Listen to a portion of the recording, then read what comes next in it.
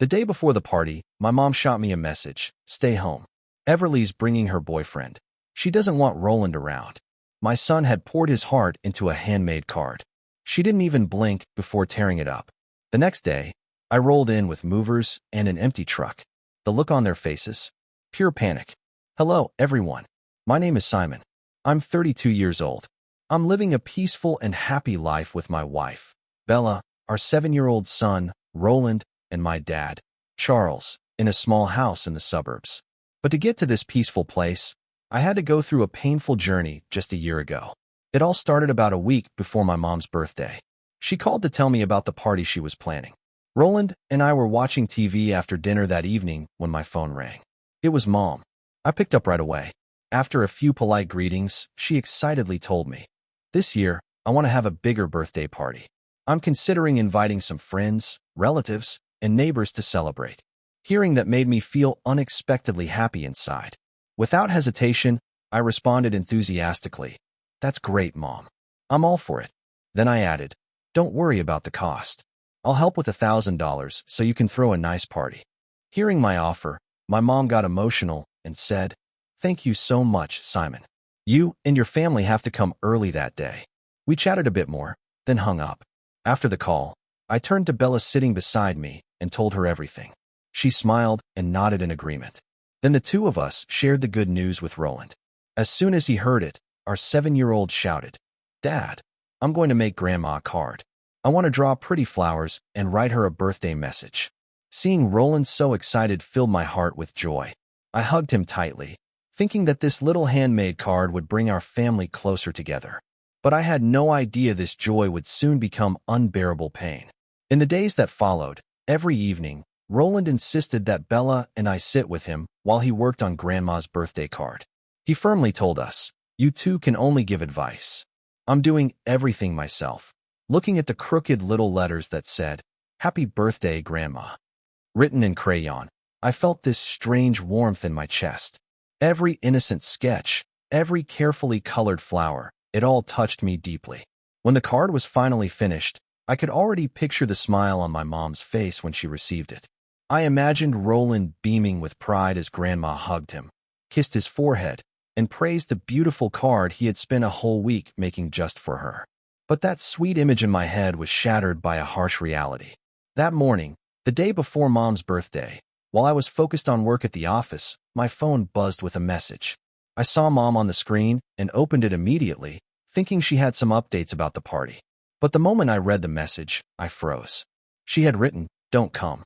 Everly's bringing her boyfriend and doesn't want Roland there." My hands started shaking uncontrollably. Shock, anger, and disappointment hit me at once, making breathing hard. I couldn't believe my mother would send something so cruel. I called her back immediately, hoping there had been some misunderstanding. But the phone just rang and rang. I called repeatedly, each unanswered ring feeling like a knife to the chest. After lunch, completely unable to focus, I decided to take the rest of the afternoon off and drive to my mom's house to confront her face to face. During the 40-minute drive, my mind was spinning with questions. Why would she say something like that? How could a 7-year-old child be such a problem that he wasn't even allowed to attend his own grandmother's birthday? But what hurt me the most was realizing that Mom again chose Everly over everyone else. I arrived at my mother's house around 2 p.m. She was sitting in the living room watching TV. When she saw me walk in with a tense expression, she looked surprised and asked, "Why are you here at this hour? Aren't you supposed to be at work?" Ignoring her question, I got straight to the point. "What exactly did you text me?" She frowned and replied, "I was just letting you know. Everly's bringing her boyfriend over," and I cut her off. "And what, Mom? Why isn't my son allowed at his grandmother's birthday party?" She hesitated momentarily, then said, "You know how Roland can be. A bit too energetic. I'm worried he might do something embarrassing in front of the guests. Important people will be there. I don't want awkward moments." Hearing that weak excuse made anger rise sharply inside me. Before I could respond, Everly suddenly walked in from the kitchen. It seemed she had overheard our conversation. She looked at me and said coldly, "You know as well as I do. Roland's broken glasses spilled drinks on the new sofa. Last time we had guests, he ran around and made everyone uncomfortable. I don't want that happening in front of my boyfriend." Her tone didn't falter once. She had clearly rehearsed this, probably expecting me to come and demand an explanation. Trying to stay calm, I asked, "So you think Roland is a bad kid? Did you forget what you were like when you were his age?" Everly snapped back, "That's different. This is an important event. We can't risk him ruining the atmosphere." When she said that, it hit me like a punch to the gut. My sister had changed. The little sister I once loved and protected was now someone else entirely. Before I could say another word, my dad, Charles, walked in from the garage. He had caught the tail end of the conversation and looked straight at my mom. With a firm voice, he said, "What are you doing? How could you say something like that about your grandson? How could you exclude him from the party?" After that, he turned to Everly and asked her, "Do you remember what you were like as a kid? You broke Grandma's antique vase worth over $1,000. You scorched the stove trying to cook because you were curious. You almost set the whole house on fire playing with matches when you were 8. But did anyone in this family ever hate you for that? Did anyone ever ban you from a birthday party?" Hearing Dad mention the past, Everly dropped her head, avoiding eye contact. She mumbled something underwater, but no one could make it out. A few seconds later, Dad said sternly, "Roland is a 7-year-old child. How can you treat him like this?" Then he turned back to my mom and declared, "If you don't apologize to Simon's family right now and invite them to the party, I won't be attending your birthday, and I'll cut ties with both you and Everly." Hearing that threat, my mom jumped up and screamed at him, "You're threatening me? Don't forget who's taken care of you for over 30 years, who's cooked, cleaned, and raised your kids." But Dad stayed calm. He replied, "And I've cared for you for over 30 years too. I worked to support this family, repaired the house, and paid for the kids' education. Let's not start keeping score. I've kept quiet for over 3 decades, hoping you change. But I won't stand by while you mistreat our grandson." After those heavy words, the living room fell into a tense silence. For the first time in my life, in over 30 years of being his son, I saw my dad stand up against my mom's favoritism. Watching my parents argue so bitterly over my son left me feeling gutted. At the same time, I came to a painful realization when I had tried to ignore for so long. My mom was never going to change. She would always prioritize appearances over family, control over love. As I was getting ready to leave, overwhelmed with disappointment, my dad followed me to the car. He leaned in quietly and said, "You can choose your life. Don't let anyone control you anymore. I know exactly how you feel."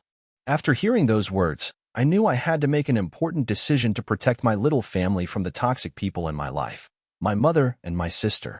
I was burning with anger the entire drive home from my parents' house. I was furious at my mom's blatant favoritism, how she treated Roland like he was a burden instead of her grandson. As those thoughts swirled in my head, childhood memories came flooding back. I grew up in a family with just 2 kids. Everly was born when I was 10 years old. By then, things were more financially stable than the tough early years, so my parents decided to have another child to bring more joy into the home. From the moment Everly entered this world, she became the shining star of our household, and I was expected to make room for her, take care of her, and constantly put her first. That was understandable. She was 10 years younger than I, but what stood out was that I never felt resentful or jealous. On the contrary, I was happy.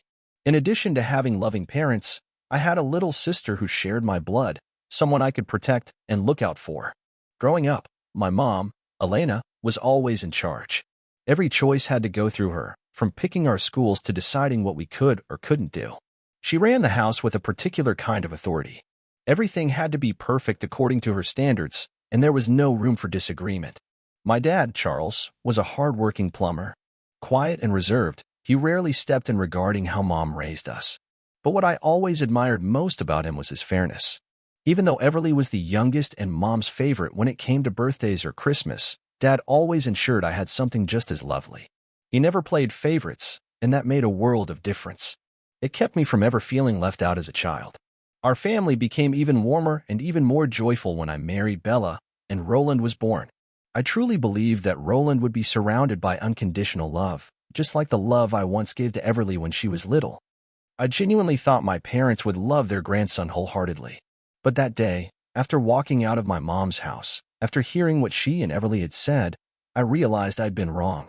What made it even more bitter was that ever since Bella and I got married and had Roland, we'd done everything we could to be good children to my parents. With my job as a software engineer and Bella's work as an accountant, we had a pretty stable income. That's why we rarely said no to my parents' requests, so long as they were reasonable and within our means. I remember once, my mom needed to replace her old, broken fridge. Without a second thought, I drove to an appliance store and bought her a $1,200 refrigerator, including delivery and installation. 2 months later, she said the washing machine was too loud and needed replacing. I got her an $800 Whirlpool washer with a 3-year extended warranty. Then came the $2,000 genuine leather sofa after my dad complained the old one was uncomfortable and embarrassing in front of guests. I ordered a premium set from Ashley Furniture and even picked the color based on his liking. After that, it was a 65-inch 4K Sony TV for $1,500 because my mom said her eyesight wasn't good enough for the smaller screen. I didn't just buy the TV. I hired professionals to mount it and set up all the premium channels. There were dining tables, wardrobes, kitchen tools, and an air fryer. Nearly everything in that house had been paid for the past 7 years with our money. However, the most significant expense was supporting Everly's education. Over the past 2 years of college, Bella and I have spent around $20,000 so she wouldn't have to work a part-time job. Every semester, I transferred the money on time without needing a reminder. We started helping her after she came to our house in tears, telling us how crushing her student loan interest was. I initially offered to loan her the money interest-free over 5 years, but Bella encouraged me to gift it to her as a big brother's way of showing he cares. And it didn't stop there. I occasionally gave her money for living expenses and bought her a new laptop. I just wanted her to have a comfortable life and focus on school instead of worrying about money like I once did.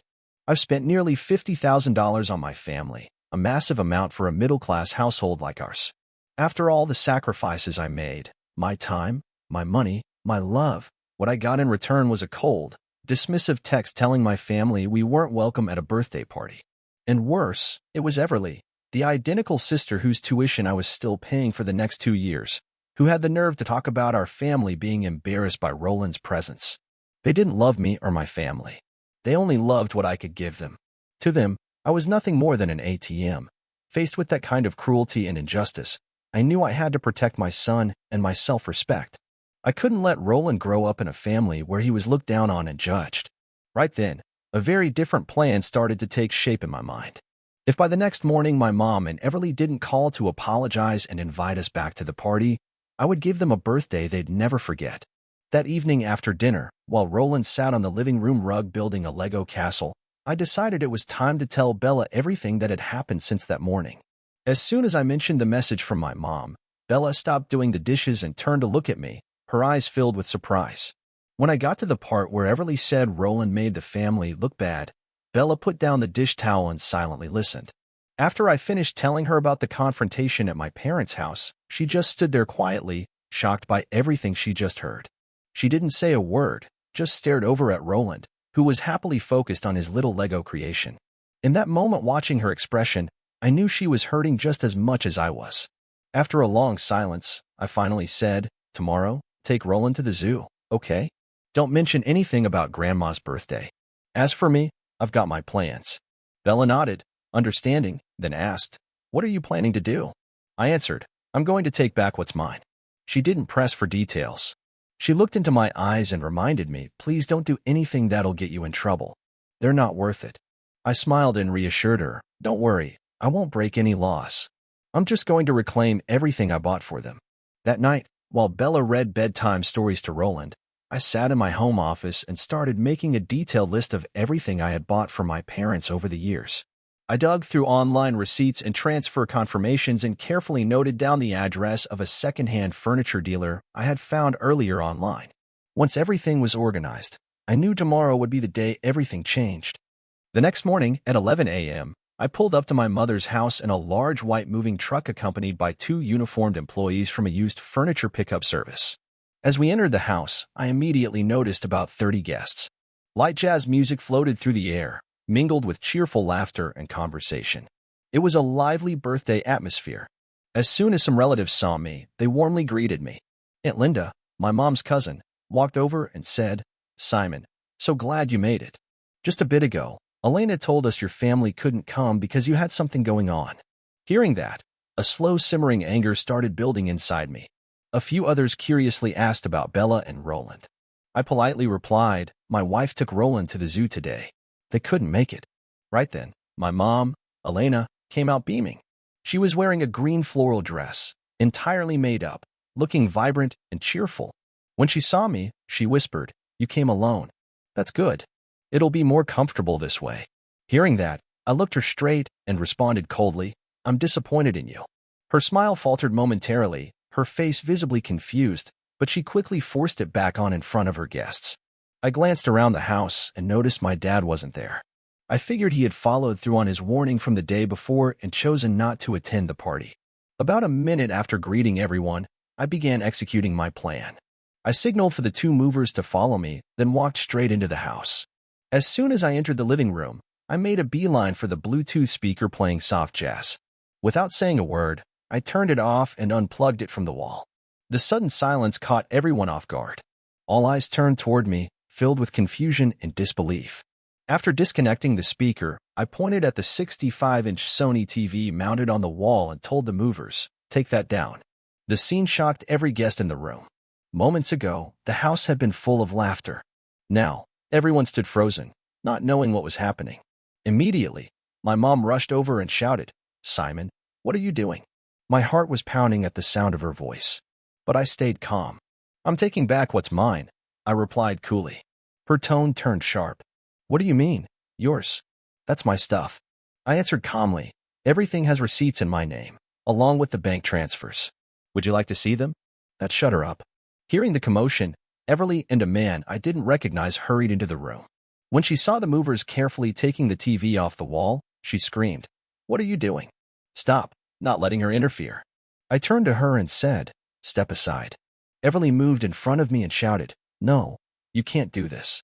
Looking her in the eyes, I said, "Do you want me to call the police? Let them verify who owns this stuff." That stopped her. She froze and said nothing more. Around us, some guests began whispering, clearly uncomfortable. A few looked ready to leave, but I ignored their whispers. I wasn't here for them. I had a mission, and I intended to finish it. When the movers finished taking down the TV and carefully carried it to the truck, I pointed them toward the kitchen and said, "Next is the Samsung fridge." At that point, the tension in the living room reached its peak. Guests stood frozen, unsure of what to say or do. A few seconds later, Aunt Linda, my mom's cousin, stepped forward and gently said, "Simon, I understand you're upset, but please calm down and tell everyone what's going on." Before I could speak, my mom jumped in, shouting, "He's just being ungrateful." I scolded him a little, and now he's doing all this. Hearing that, I felt a deep disappointment settle in.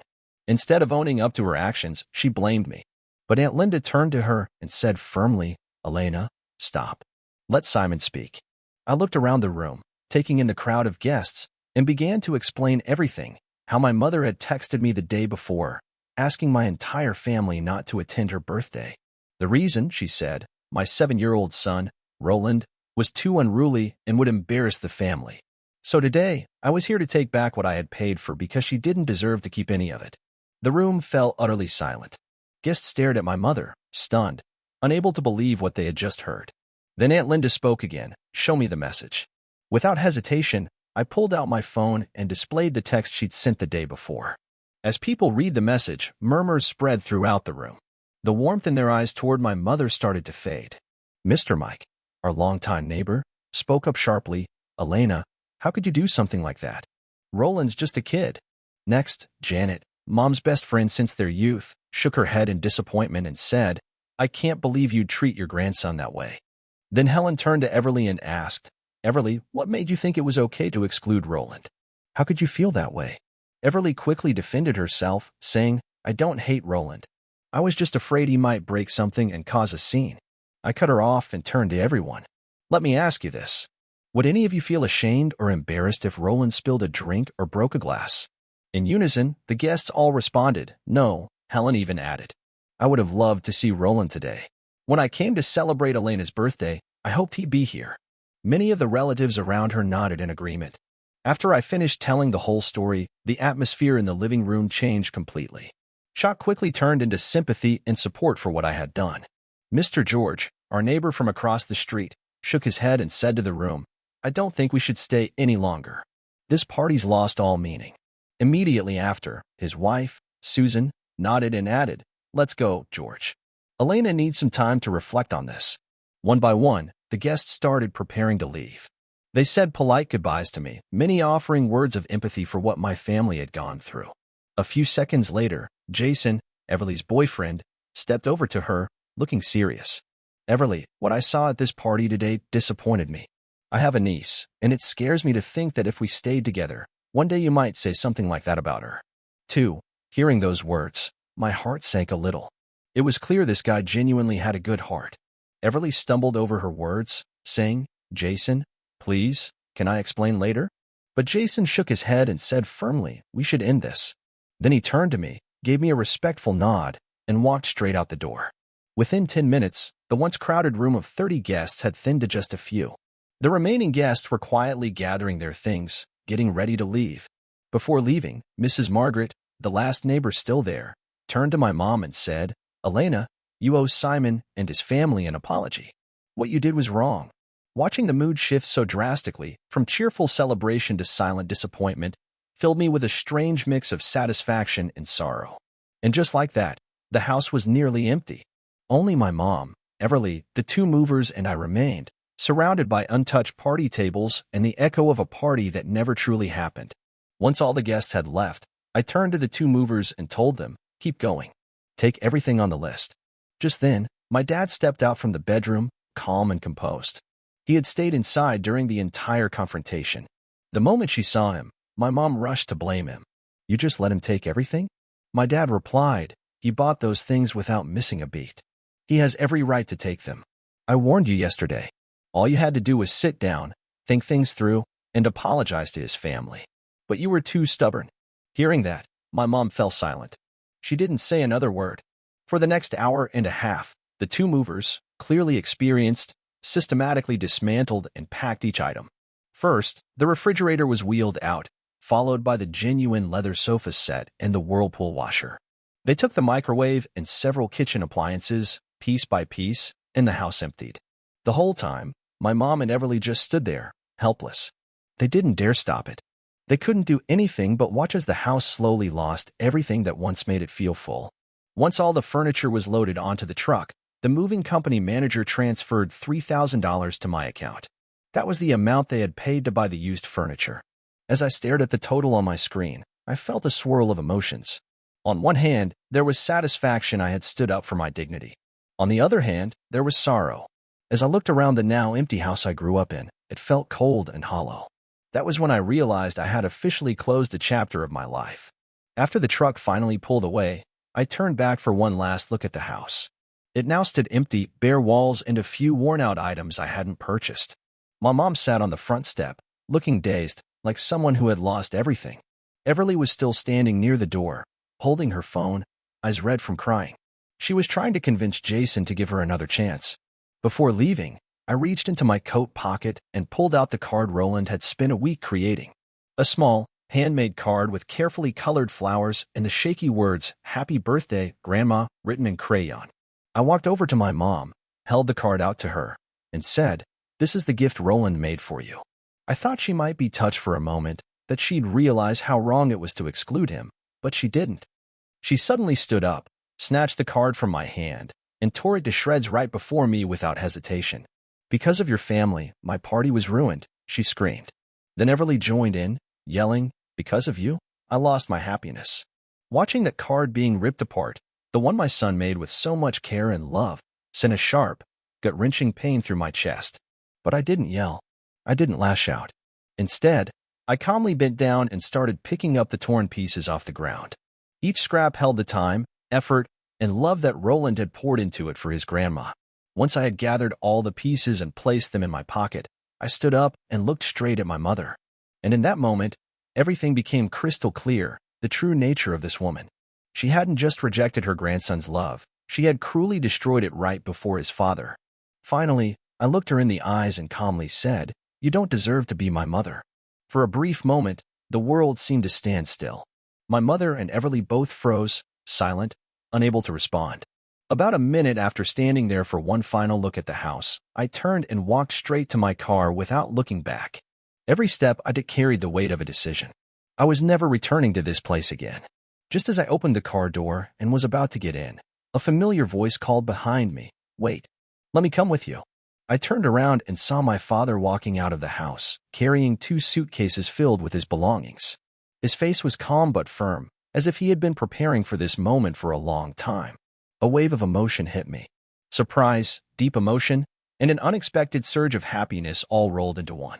When my mom saw her husband heading for the gate, she shot up from the front steps and yelled, "You're just going to leave me?" Dad turned to her and replied steadily, "I've endured enough. I warned you yesterday, and you still insisted on doing things your way." Then he continued toward my car. As he reached the gate, he turned back one last time and said, "From now on, you and Everly can live together. I can't stay with someone who doesn't know how to love their grandchild." His words left my mom and Everly frozen. Neither of them spoke, their faces filled with disbelief. As Dad walked up beside the car, he looked at me and asked, "You have space for me to stay, right?" My throat tightened with emotion, and in a shaky voice, I replied, "You can stay with me for the rest of your life." In that moment, everything inside me shifted. A bright, undeniable hope replaced the despair and loneliness I had felt just hours ago. I wasn't alone. I had my father, the one person in my family who truly understood and stood by me. As we got into the car together, my mom remained on the front steps, staring blankly after us. Everly sat down and buried her face in her hands, sobbing. And as the car slowly pulled away from that house, I realized this wasn't an ending. It was the beginning of something entirely new. That afternoon, when Bella returned from the zoo with Roland and saw me standing there with my dad and 2 suitcases, she was surprised, but she didn't ask any questions. She quietly headed into the kitchen and began preparing dinner like always. As for Roland, the moment he saw his grandpa, he ran straight into my dad's arms, beaming with joy. Then, with curious eyes, he asked, "Grandpa, where's Grandma? Why did you come to visit?" My dad responded gently, "Grandma's traveling somewhere far away. When she gets back, she'll come visit you." Roland nodded understanding and eagerly told him about his fun day at the zoo. After playing all day, Roland went to bed earlier than usual that evening. In the quiet of the living room, my dad turned to me and said, "Give me the pieces of the card." I reached into my jacket pocket and handed him the torn bits of paper. He sat down at the table and began patiently piecing them back together, like he was restoring something priceless. When Bella came out of the kitchen and saw what he was working on, Roland's shredded card, she began to cry. Tears streamed down her cheeks as she thought about how her son had spent an entire week making that card, only to have it destroyed so heartlessly by his grandmother. As I oversaw my father match and glue each tiny piece with his weathered hands, I felt something powerful stir inside me. It was like he was trying to mend not just a card, but the love my mother had tried to tear apart. Later that night, the three of us sat at the table and I told Bella everything that had happened from start to finish. After listening quietly, she looked at me and said, "You did the right thing. I support your decision." Then she turned to my dad and with warmth said, "Dad, please stay here with us. This is your home too." In that moment, I realized something profound and comforting. This right here with the people who genuinely love and value each other. This is my real family. We began our new life with Dad in the house in the following days. He slipped into the rhythm of our small family as if he'd always been there. Each morning, he took it upon himself to help bring Roland to school. Roland loved having Grandpa drop him off and pick him up, primarily because during those short drives, Dad would tell him fun stories from his plumbing days and teach him simple life skills. Dad would try to chip in from his pension every month to help cover household expenses. But I firmly turned him down and said, "Keep that money for yourself, Dad. I've got the family covered." Instead, without telling us right away, Dad quietly opened a college savings account for Roland at the bank. One day, he told me, "This is for my grandson's future. He's going to need that money for school someday." 2 months later, on a quiet weekend evening after Roland had gone to bed, Dad and I sat on the porch with a few beers. The cool night air set the perfect tone for an honest conversation. After a few sips, Dad opened up. "You know," he said, "I stuck around all those years because I kept hoping your mom would change. I thought maybe things would be different after Roland was born." Hearing that made my chest tighten. I finally understood just how much he had endured. He continued, "But when I saw how they treated Roland, an innocent little boy, I knew I couldn't stay quiet anymore. You did something I couldn't do for 30 years. Those words struck deep. Our relationship felt lighter and closer for the first time in a long while. We talked more openly about work, Roland, and the future. There was a comfort in those conversations that hadn't been there before. This positive shift didn't just affect me. It touched our whole family.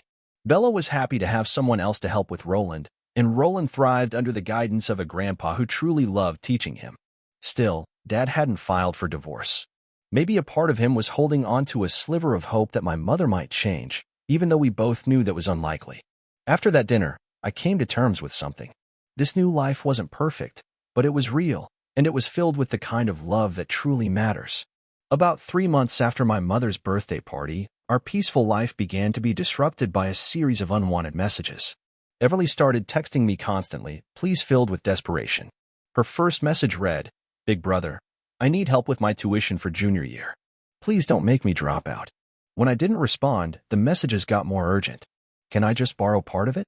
I promise I'll pay you back after I graduate." Then one Sunday afternoon, she showed up at our house. When I saw her standing at the door, I swollen from crying, I stepped outside and said firmly, "You should apply for a student loan and find a part-time job. I can't support you anymore." Through tears, Everly begged, "I know I messed up, but I need your help. I can't afford to drop out." I looked her in the eye and told her clearly, "The money I gave you before, I'm not asking for it back. But from now on, you're on your own." And it wasn't just Everly. My mom, Elena, showed up several times too, each time with a completely different demeanor. Humble, regretful. The first time she pleaded, "Simon, I know I was wrong. I'm sorry for everything. Please just let me see Roland once." When she appeared, my dad stepped out of the house and said coldly, "Go home, we don't want to see you." She didn't give up. She turned to him, pleading, "Come back with me. I miss you. The house is so empty without you." But Dad shook his head. "You had your chance to change, and you wasted it. It's too late now." During her final visit, Dad handed her Roland's card, which he had carefully pieced back together. The moment she saw it, her knees nearly buckled. She cried at the doorstep and said, "I was wrong." Watching all of this, I realized the immense power of setting boundaries. Not every relationship is worth salvaging, especially when they've caused harm to your child. And in that moment, a question quietly echoed in my mind. Someday, when Roland is older, will he understand why I made the choices I did? Nearly a year has passed since everything happened, and life has more or less settled down. Things have found their rhythm. My dad still takes Roland to school every day. Bella and I continue with our jobs, and Roland keeps growing, bringing home new stories from school every week. Sometimes, during dinner, Roland brings up Grandma without realizing it. He'll ask, "Is Grandma back from her trip yet? Or when will she visit me?" In those moments, the three of us fall silent. We were lost in our thoughts, none of us saying a word. A few days ago, Dad surprised me during one of our usual beer nights on the porch. "Simon," he said, "I think I'll only stay with you for a little longer." I looked at him, surprised and worried. Did I do something wrong? Did Bella or I make you uncomfortable? He took a long sip of beer and calmly replied, "I'm thinking about returning to your mom. If she's truly changed, maybe I'll give her one last chance." And in that moment, I understood. 30 years together isn't something you walk away from overnight. The memories, the shared years, they don't just disappear. I slightly nodded and said, "I respect your decision, Dad. No matter where you are, you'll always be my father." When I told Bella about Dad's decision, I could see a flicker of sadness in her eyes. We'd all grown used to his warm presence in our home. Roland would miss him not just for the school runs, but for everything he brought into our lives. Then, unexpectedly, Bella asked me, "Do you think you'll ever take Roland to visit his grandma?" I didn't answer right away. I just stared out the window. It was a question I'd been asking myself for months. Deep down, part of me still wants to forgive her. Part of me wants Roland to have a grandmother's love, like any other child. I don't want him growing up wondering why she never loved him. But the other part of me still remembers the hurt, still sees the moment she ripped his handmade card in half. I still question whether she's changed or just trying to get what she wants again. I'm sharing this story not for pity or sympathy, but because I genuinely need your advice. Here's my question for anyone who's heard the story. Should I forgive my mother? Please leave your thoughts in the comments. I want to hear your thoughts because this decision doesn't just affect me. It will also shape Roland's future. If this story touches something in you, don't forget to subscribe and support our channel. Thanks for sticking with me through this journey. Take care, and I'll see you in the following story.